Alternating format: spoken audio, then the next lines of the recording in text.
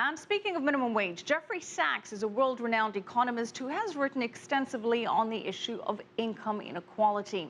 As the director of the Earth Institute at Columbia University, he also addresses sustainable development issues and the needs of the world's poor. CCTV's James Chau caught up with him in Beijing, and they discussed the biggest health challenges facing the global economy.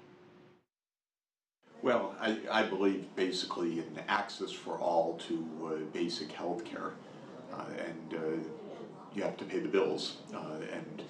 China, the United States, other middle and high income countries can afford to do this.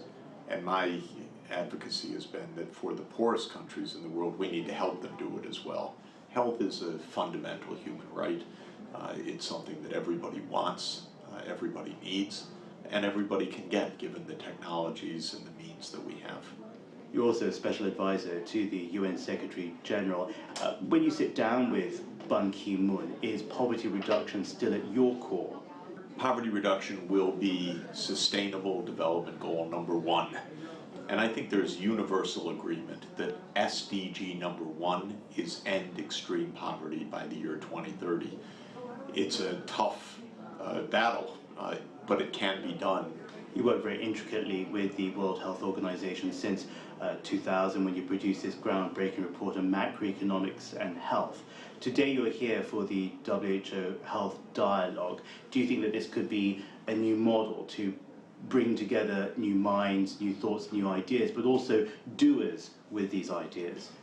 There was a huge crisis in the year 2000 in the poorest countries: AIDS epidemic, malaria, tuberculosis. And the head of the World Health Organization at the time, the Director General Gro Harlem Brundtland, who had been Prime Minister of Norway, said something very important to me. She asked me to help.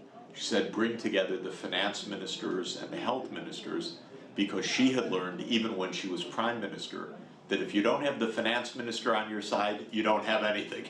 And as such, a key actor in the post-2015 global agenda, when you visualize what comes next, do you have a dream that embraces all of these elements together as one language?